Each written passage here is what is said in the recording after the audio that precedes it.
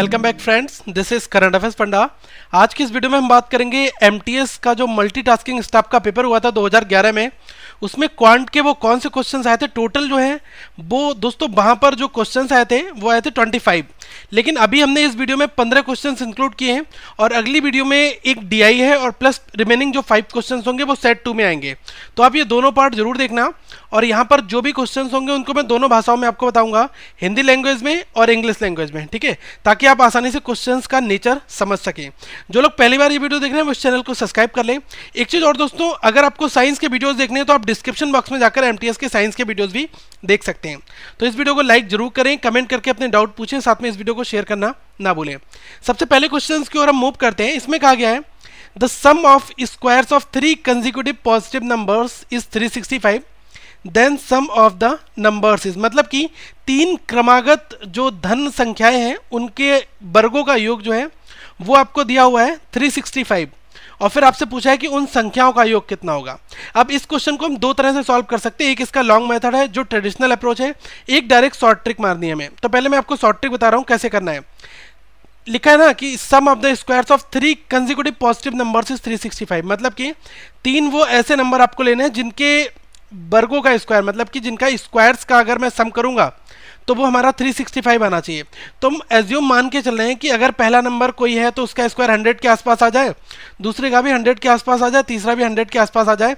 तो इस वजह से तीनों का अगर योग करता हूं तो कुछ कुछ 300 करके बन जाएगा हमारा। ये हमें एक अप्रोच हमारी माइंड में डेवलप हो जानी चाहिए। अब हमने क्या करा कि बाय डिफॉल्ट हमने नंबर ले लिए। सपोज कर लो कि स्टार्टिंग में ही मैंने नंबर ले लिए 9, जैसे कि अगर मैंने कोई भी नंबर आप मान लो अपने आप से, आपने ले लिया 9, 10, 11 ले लिया, ठीक है, मैंने ले लिया 9, 10 ले लिया और 11 ले लिया। तो देखो 9 का स्क्वायर कितना होता है, 81 होता है। वर्गों का स्क्वायर करना है। 10 का स्क्वायर कितना होता है, 10 का स्क्वायर होता है 100, इसका वर्ग निकालना है। 11 का स्क्वायर 121। तो देखो 121 और 81 ये कितना हो जाएगा, लगभग 200 के आसपास हो जाएगा और ये 300। तो टोटल हमारा ये 300 हो रहा है, लेकिन 365 नहीं हो पा रहा है। इसका मतलब कि हमें नंबर 9, 10, 11 नहीं लेने, हमें इसके अलावा कोई और नंबर लेने हैं। तो इस बार हमने हिट एंड ट्रायल मारा कि 10, 11 और 12 ये 3 नंबर मैं ले लेता हूँ। तो पहले आप देख लो कि ये 3 नंबर का स्क्वायर क्या होगा। 10 का स्क्वायर किया 100 हो गया, 11 का स्क्वायर किया 121 हो गया और 12 का स्क्वायर करता हूँ तो कितना आएगा 144। अब सबको आप ऐड कर दो, 144 प्लस 100 244 हुआ।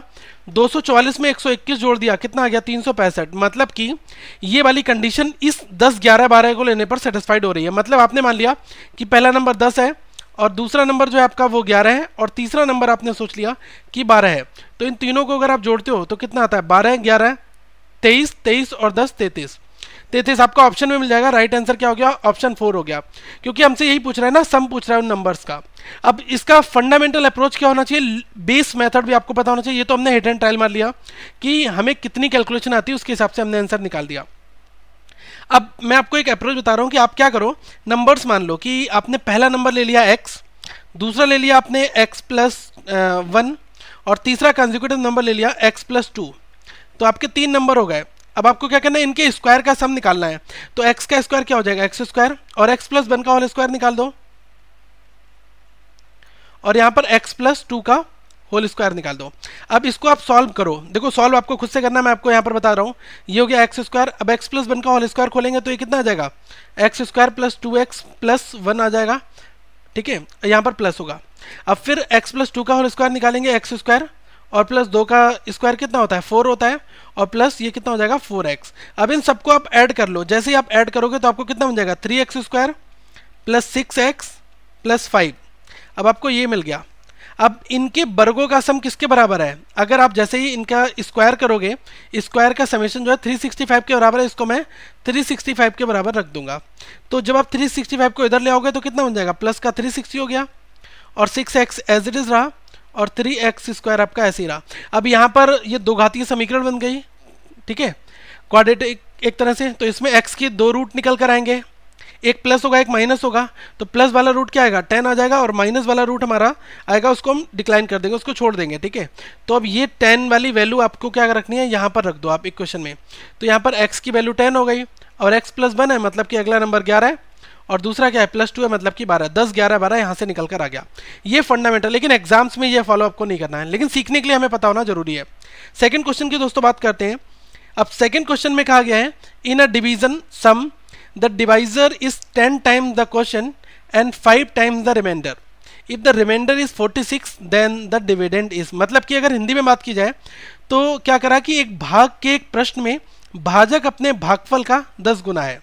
जो 10 टाइम्स जो क्वेश्चन है वो किसका है, डिवाइजर का है। The divisor is 10 times the question, मतलब कि डिवाइजर जो है वो 10 गुना किसका है, क्वेश्चन का। मतलब कि भाजक अपने भागफल का 10 गुना है और शेष फल का कितना है, एंड 5 टाइम्स द रिमाइंडर, मतलब कि शेष फल का 5 गुना है। तो अगर आपको रिमाइंडर 46 दिया है दैट मीन्स शेषफल जो है वो 46 दिया है, तो क्या पूछा है, डिवाइडेंड, मतलब कि आपसे भाज्य पूछा है कि भाज्य कितना आएगा। अब क्या करो कि आप जितना दिया है यहाँ पर क्वेश्चन में इसको आप एक एक करके नोट डाउन कर लो। मैं क्वेश्चन को इंग्लिश में ही सॉल्व कर रहा हूँ लेकिन आपको मैंने हिंदी में सारे टर्म्स बता दिए। तो हमारा क्या है, डिवीजर जो है इसको अगर निकालोगे तो क्या आ जाएगा, 10 टाइम्स ऑफ क्वेश्चन। ठीक है, तो ये हमारा 10 टाइम्स ऑफ क्वेश्चन हो गया। अब इसके बाद देखो ये हमने क्वेश्चन नंबर 1 मान ली, फिर कहा गया है 5 टाइम्स द रिमाइंडर, मतलब कि जो डिवाइजर है फिर आपका वो क्या है, 5 टाइम्स है, किसका 5 टाइम्स है, रिमाइंडर का। अब यहाँ से ये हमारी सेकंड आ गई।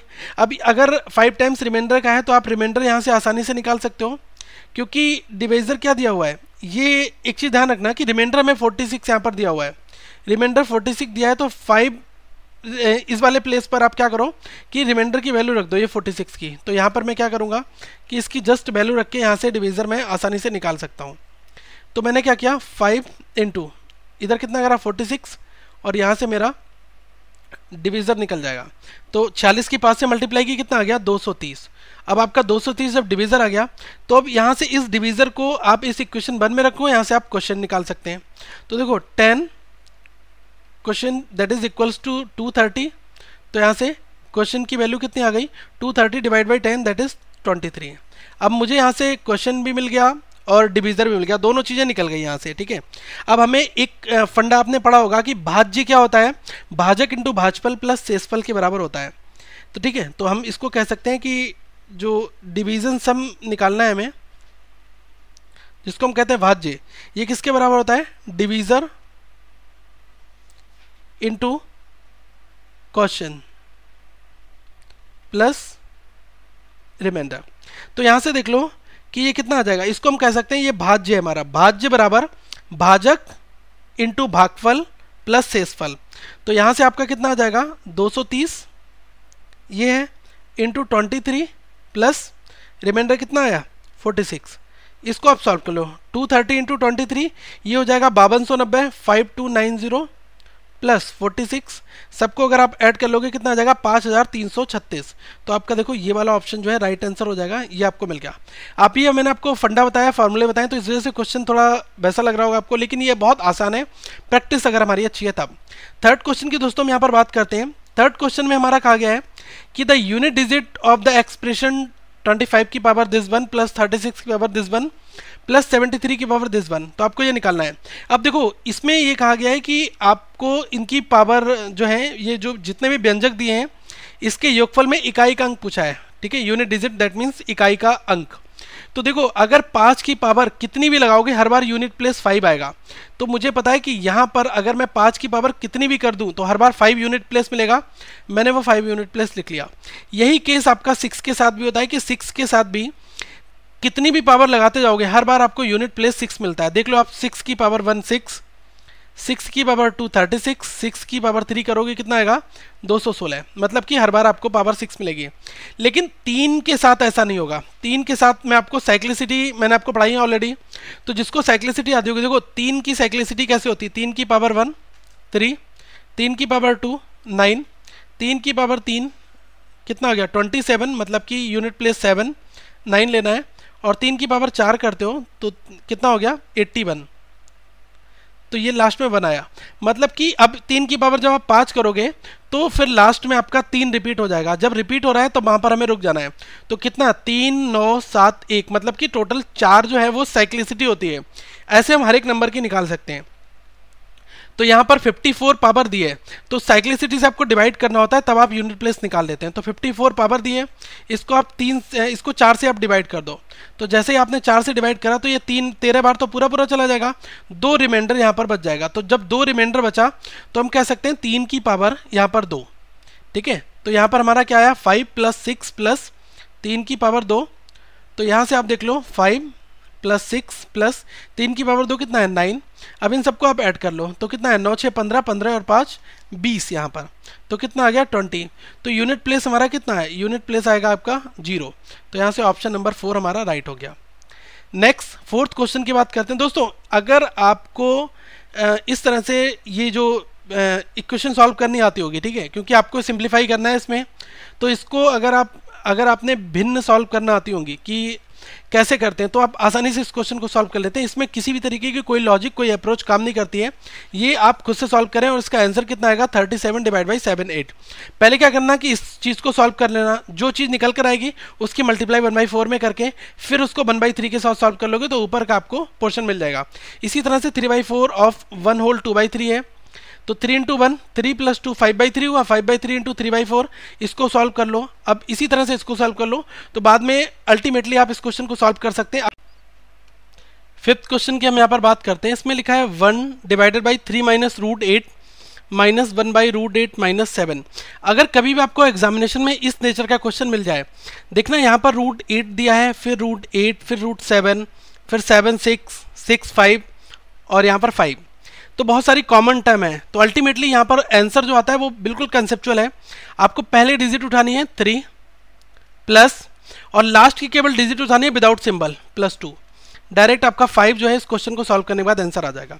एग्जामिनेशन में ये फंडा फॉलो करना है। लेकिन अब ये आया कैसे, इसके बारे में हम एक बार समझ लेते हैं कि इसके बैकग्राउंड प्रोसेस क्या चल रहा है। देखो, सबसे पहले 1 / 3 - √8 है, तो मैंने इसको लिख लिया 1 / 3 - √8 और इसका मैं रेशनलाइजेशन करके दिखा रहा हूँ आपको कि अलजेब्रा में कैसे हम इसका कॉन्जुगेट निकालते हैं। तो मल्टीप्लाई कर लो 3 + √8 से, डिवाइड कर दो 3 + √8 से।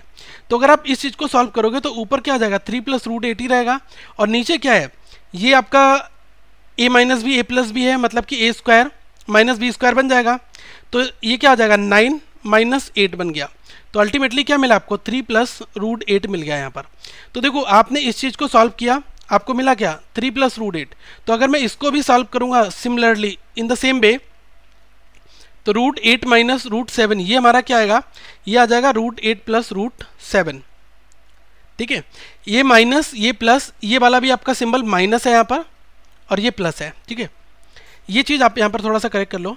√8 - √7 ये हमारा 8 + 7 आ गया। अब अगर आप इसको सॉल्व करोगे तो ये कितना आ जाएगा, √8 √7 - √6 ये आपका आ जाएगा, सिंबल चेंज हो जाएंगे अंदर वाले, 7 + √6 हो जाएगा। मतलब जो माइनस वाली चीज़ थी वो प्लस हो जाएगी, बस यही अंतर हो रहा है। इसी तरह से ये आपका क्या आ जाएगा, -6 - 5 ये आ जाएगा √6 + √5 और ये आपका 5 - 2 की अगर आप बात करोगे तो ये कितना आ जाएगा, √5 + 2। अब आप क्या करो, जितनी भी वैल्यूज़ आपने कैलकुलेट यहाँ तक की हैं इन सबको आप इस वाली इक्वेशन में रख दो। तो 1 / 3 - √8 की जगह पर क्या रख देंगे हम, 3 + √8 रख दिया। अब यहाँ पर माइनस का सिंबल है। अब इस वाली की जगह पर क्या वैल्यू आएगी, 1 / √8 - √7। इसको अगर आप सॉल्व करोगे दोबारा से तो ये क्या आ जाएगा, √8, ये सबके साथ में 1 डिवाइड है यहाँ पर, ठीक है। ये चीज़ आप और देख लेना, ठीक है। तो ये कितना आया, √8 + √7 आया, तो मतलब माइनस का सिंबल लगाया तो माइनस का √8 और फिर यहाँ पर ये प्लस का माइनस हो जाएगा -7, ठीक है। अब इस तरह से प्लस का सिंबल और इसकी वैल्यू कितनी आई है, ये आई है √7 + √6, फिर माइनस है 6 - 5 जो है ये कितना आया आपका, ये आया है √6 + √5, तो मतलब -√6 - √5 और प्लस का सिंबल ये आपका एज इट इज़ आया है √5 + 2। अब देखो इसमें क्या क्या कैंसिल आउट होता है, 8 से 8 कटा, 7 से ये 7 कट गया, 6 से 6 कटा, 5 से 5 कटा, बचा क्या, फर्स्ट और लास्ट। केवल इस केस में 2 ही टर्म आपकी बचती हैं, फर्स्ट और लास्ट। तो 3 + 2 = कितना आ गया, 5। एग्जामिनेशन में ये फंड आपको फॉलो करना है। एक 6th क्वेश्चन की हम और बात करते हैं। यहाँ पर इसमें लिखा है A and B can do a piece of work in 8 days. मतलब कि ए और बी जो है वो किसी काम को 8 दिन में करते हैं, 8 डेज में। यहाँ मैंने ऊपर डेज लिख दिया। फिर लिखा है B and C can do a piece of work in 24 days, मतलब कि बी और सी जो है वो काम को कितने में करते हैं, 24 दिन में।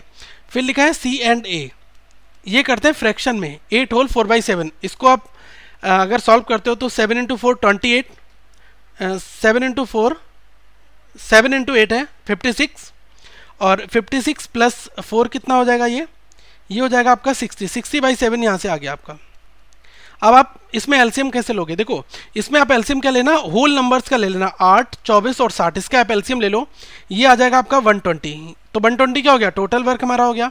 अब अगर मुझे इफिशियंसी निकालनी, efficiency that means 1 day work, एक दिन काम करने की क्षमता, उसको हम कहते हैं इफिशियंसी। तो अगर 120 से 8 को डिवाइड करोगे तो कितना आ जाएगा, 15। 120 को 24 से डिवाइड किया कितना आया, 5, और 120 को 60 से डिवाइड करोगे तो कितना आएगा, ये आपका आएगा 2 बार, तो यहाँ पर और 7 इंटू 2 कितना हो जाएगा, 14 यहाँ पर। ठीक है, ये आप ध्यान रखना, क्योंकि 7 आपका ऊपर चला जाएगा 60 से, जब आप इसको डिवाइड करोगे इस तरह से 120 डिवाइड बाई 60 और बाई 7 है, ये ऊपर चला जाएगा, तो 60 2 टाइम 2 इंटू 7 14 आ गया। आपको पता चल गया यहाँ से। अब आप इन सबको ऐड कर दो, तो ये A 2 बार है यहाँ पर, B भी 2 बार है, C भी 2 बार है, तो हम कह सकते हैं 2A plus 2B plus 2C, ये किसके बराबर हो जाएगा, सारी इफिशियंसी को यहाँ पर जोड़ दो, कितनी आ गई 34। तो यहाँ पर हमें A plus B plus C की वैल्यू मिल जाएगी, 2 से इसको डिवाइड कर दो, 17 मिल गई। क्वेश्चन पूछ क्या रहा है, in how many days C can do it alone, मतलब C कितने दिनों में इस काम को अकेला कर सकता है। ठीक है, तो अब देखो यहाँ पर C के बारे में पूछा है मुझे, अब यहाँ पर A और B की टर्म्स में इक्वेशन भरनी है। अब देखो A और B की इफिशियंसी कितनी दी है, 15 दी है, तो यहाँ पर क्या करो आप 15 रख दो, 15 प्लस C इक्वल टू 17, तो C की वैल्यू कितनी आ गई, 17 माइनस 15 मतलब कि 2 आ गई, C की वैल्यू, C की इफिशियंसी 2 मिल गई। टोटल हमारा वर्क कितना है, वर्क हमारा टोटल कितना है, 120 है, तो 120 को 2 इफिशियंसी से काम करा जाएगा, कितने दिन में हो जाएगा, 60 दिन में, 60 डेज में। तो अल्टीमेटली यहाँ पर राइट आंसर क्या हो जाएगा, ऑप्शन 1, ये हमारा राइट आंसर हो गया। ठीक है, नेक्स्ट क्वेश्चन की हम बात करते हैं 7th की दोस्तों। 7th क्वेश्चन में दिया है A is thrice as good a workman as a B and therefore is able to finish a job in 40 days less than B. Working together they can do it in how many days? अब देखो दोनों लोग साथ मिलकर कितने दिनों में काम कर सकते हैं, ये आपसे एग्जामिनर पूछ रहा है। मतलब कहा जाए कि A जो है वो B की तुलना में 3 गुना बेहतर कामगार है, और इसलिए वह क्या करता है कि कोई भी कार्य जो है वो B की तुलना में उससे 40 दिन की कम समय में ही कर लेता है। तो दोनों मिलकर उसी काम को कितने दिनों में पूरा करेंगे। मैंने ले लिया A ये है और ये है हमारा B।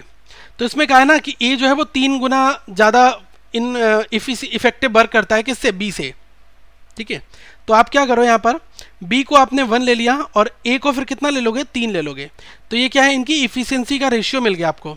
और पता है कि इफिशियंसी का रेशियो अगर आपको जो भी दिया है और टाइम का रेशियो आपको निकालना है, तो टाइम का क्या होता है, इसका जस्ट आप अपोजिट कर दो, तो क्या है कि 1 यहाँ पर आ जाएगा और 3 इधर आ जाएगा। ये वाला पोर्शन आपको करना है यहाँ पर। ठीक है, ये इसका रेसिप्रोकल होता है। अब टाइम का रेशियो मुझे मिल गया। अब लेकिन यहाँ पर एक बात कही गई है कि जो B है वो किसी भी जॉब को फिनिश कर देता है as B and therefore is able to finish a job in 40 days less than B। ठीक है, तो मतलब A जो है जब जितना ज़्यादा इफेक्टिव है तो वो काम भी जल्दी फिनिश कर देगा, ये तो क्वेश्चन कहना चाह रहा है। तो मतलब कहा जाए कि इन दोनों के बीच डिफरेंस जो है वो कितना दिया है, इफिशियंसी का डिफरेंस ले लो, 3:1 दिया है।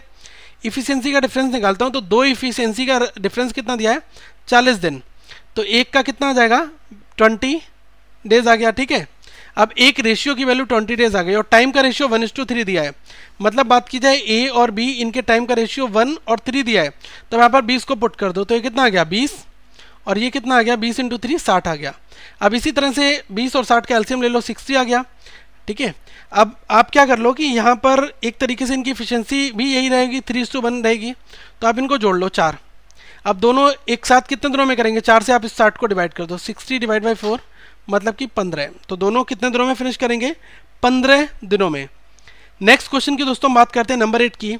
अब नंबर 8 वाले क्वेश्चन में क्या बात कही गई है, इसको एक बार पढ़ते हैं। इसमें लिखा है the LCM of 2 numbers is 4 times their HCF, the sum of LCM and HCF is 125, if one of the number is 100 then the other number is. Question में कहा गया है कि 2 संख्याओं का लघुत्तम समापवर्तक जो है वो उनके महत्तम समापवर्तक से क्या है, 4 गुना है, उनका 4 गुना है।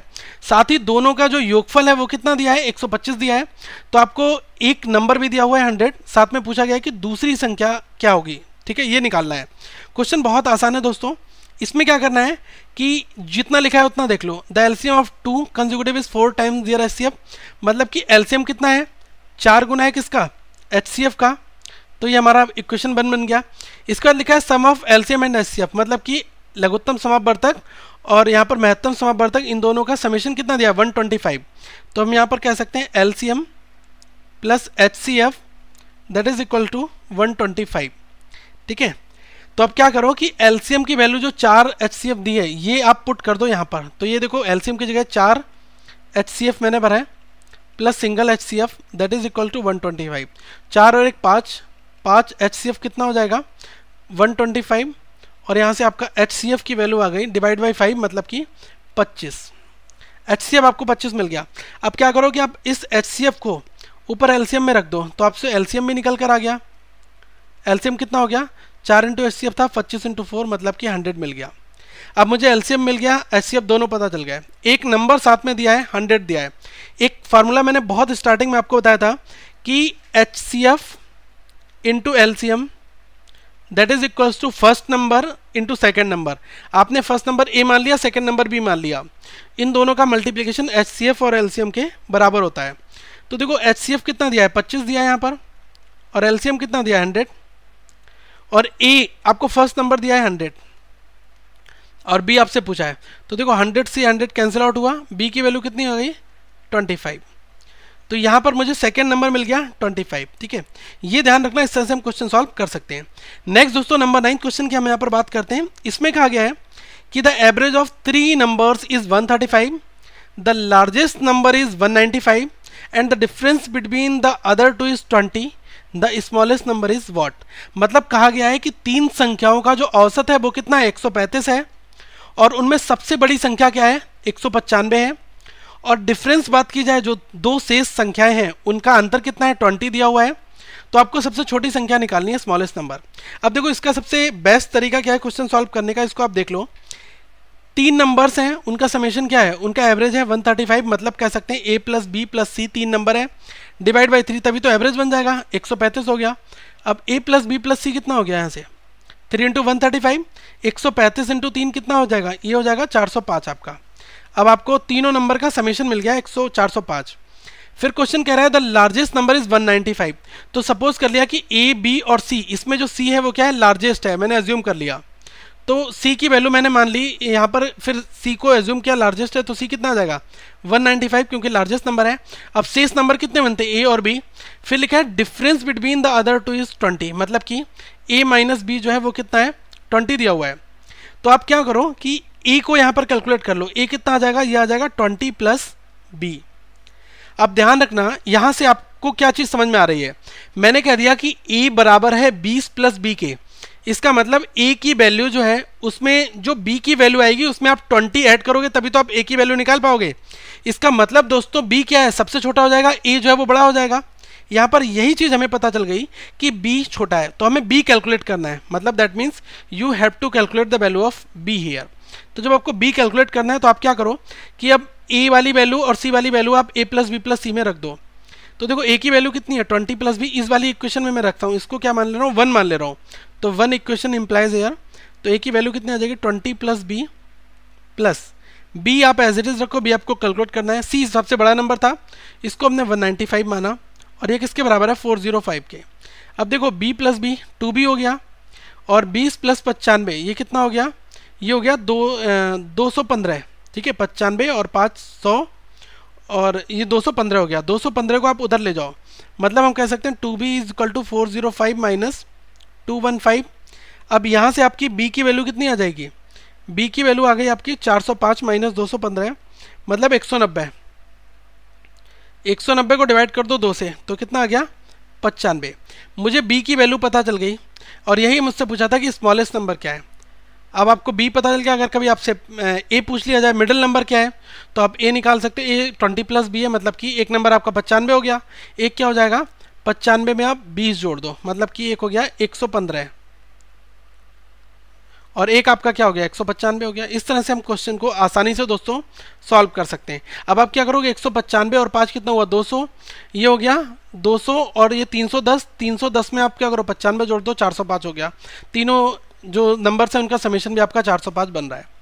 नेक्स्ट नंबर 10 क्वेश्चन की बात करते हैं। काफी आसान क्वेश्चन है, इसको ध्यान से एक बार देखना। इसमें कहा है if I purchase 11 books for ₹100 and sold 10 books for ₹110 the percentage of profit per book sold is पूछा है आपसे। मतलब कहा जाए कि यदि मैं 100 रुपीज में 11 पुस्तक खरीदता हूं और 10 पुस्तक जो है वो 100 रुपए में बेच देता हूं, तो मुझे प्रत्येक पुस्तक पर कितने परसेंट का लाभ होगा, कितने प्रतिशत लाभ होगा, ये आपसे पूछा गया है।